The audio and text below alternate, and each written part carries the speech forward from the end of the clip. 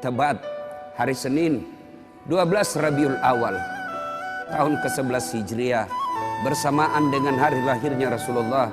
Hari Senin tanggal 12 Rabiul Awal tahun ke-11 Hijriah, Allah perintahkan kepada malaikat Jibril, Jibril, kau turun jemput kekasihku Muhammad, cabut nyawanya. Dengan catatan, tanya dulu, jika dia sudah mau, lakukan tugasmu. Tapi jika belum mau, tunda tugasmu sampai dia mau. Panggil 3 malaikat menyertaimu, Mikail, Israel, Israfil. Turunlah malaikat. Di langit ke-7 mereka masih berempat. Langit ke-6 mereka masih berempat. Sampai di langit pertama malaikat Jibril berkata, wahai malaikat pencabut nyawa, kau sajalah yang turun ke dunia. Saya tidak tega menemanimu dan melihat engkau mencabut rohnya Muhammad SAW. Lalu malaikat pencabut nyawa berkata, Jibril, kenapa kau tidak turun menyertai kami? Bukankah selama ini engkau yang menyertai Rasulullah? Bukankah selama ini engkau yang menemui Rasulullah? Kami tidak pernah menemui Rasulullah. Turunlah bersama kami. Jibril berkata, maafkan saya tidak betul-betul tidak mampu melihat engkau mencabut rohnya Rasulullah. Turunlah 4 malaikat ini. Lalu malaikat mengetuk pintu Rasulullah, ketuk rumah Rasulullah. Assalamualaikum warahmatullahi wabarakatuh ya Rasulullah. Nabi dalam rumah menjawabnya, waalaikumsalam warahmatullahi wabarakatuh.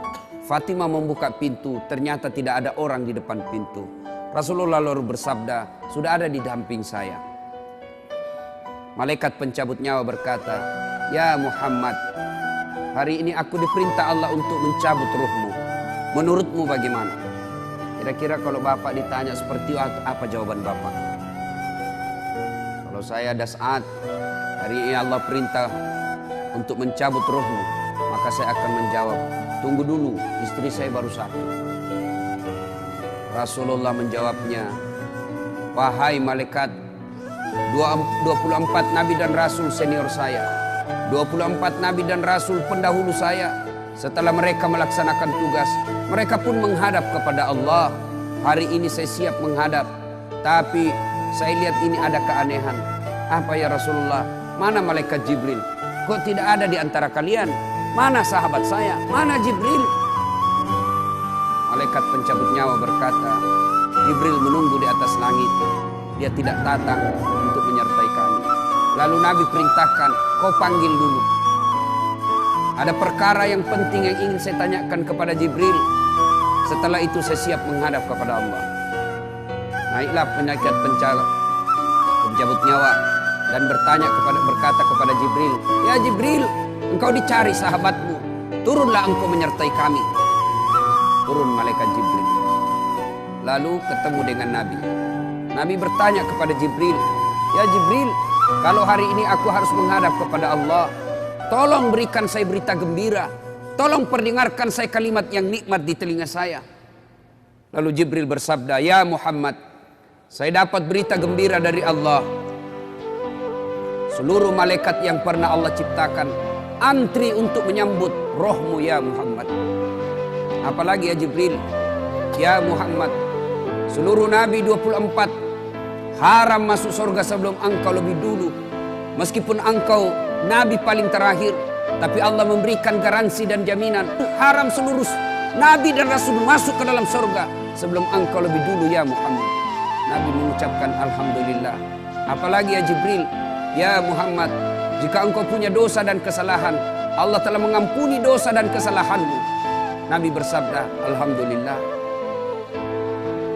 Tapi ya Jibril, itu kan saya. Itu diri saya. Ya Jibril, saya tidak cemas soal diri saya.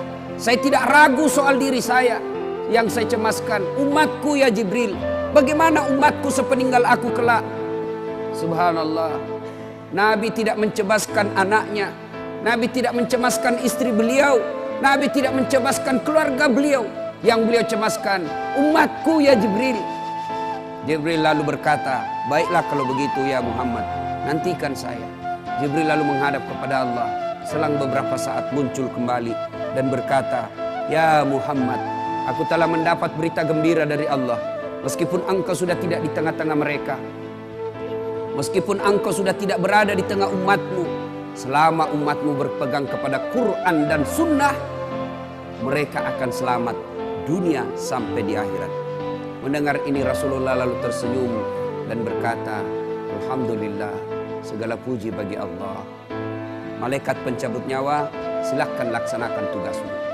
Jibril mundur, majulah malaikat pencabut nyawa melaksanakan tugas dan berkata, kalau bahasa kita, "Ya Muhammad, maafkan saya tidak mampu melakukan ini, tapi ini perintah dari Allah." Lalu Nabi bersabda, "Laksanakan tugasmu, saya pun siap melakukannya." Mundur malaikat Jibril, majulah malaikat pencabut nyawa melaksanakan tugasnya. Keluar rohnya Rasulullah, perlahan-perlahan meninggalkan telapak kaki Rasulullah. Telapak kaki Rasulullah menggigil naik ke atas betis Rasulullah, naik ke paha Rasulullah, sampai ke perut. Bercucuran keringat Rasulullah, keluar keringat Rasulullah di wajah Rasulullah.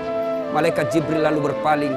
Nabi lalu bersabda, "Wahai malaikat Jibril, kenapa engkau palingkan mukamu?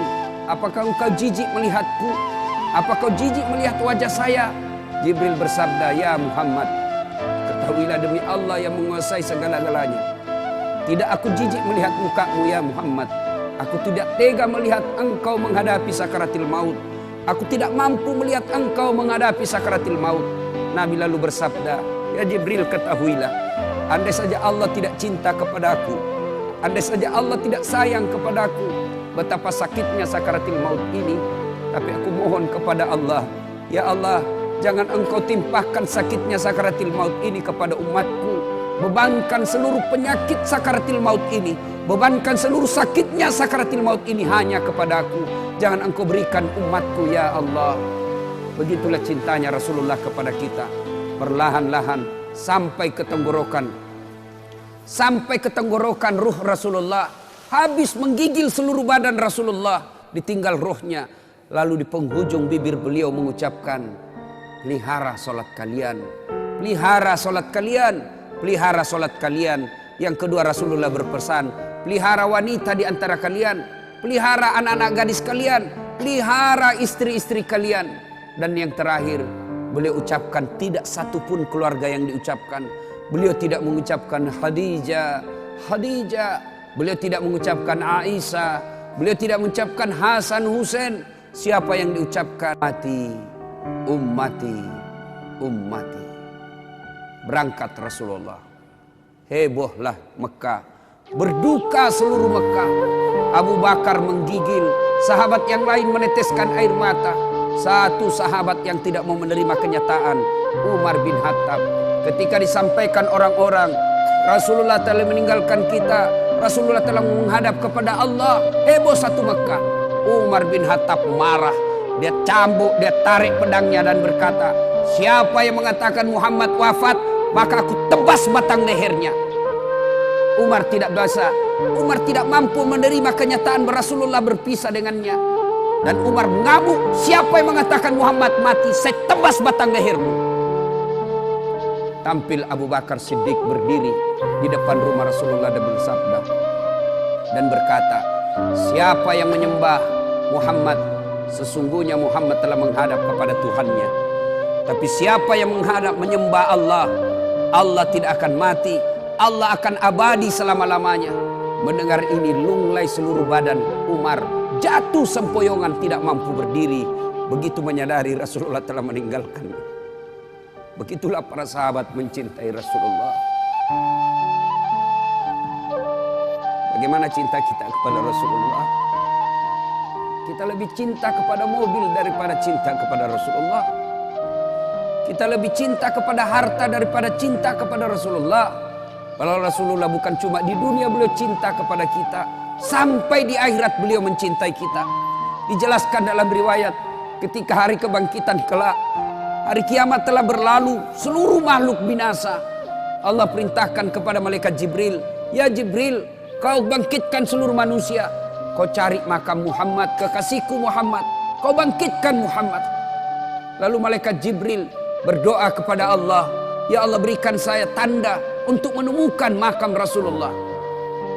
Bayangkan, habis kiamat, porak-poranda dunia, berantakan dunia, lalu disuruh mencari.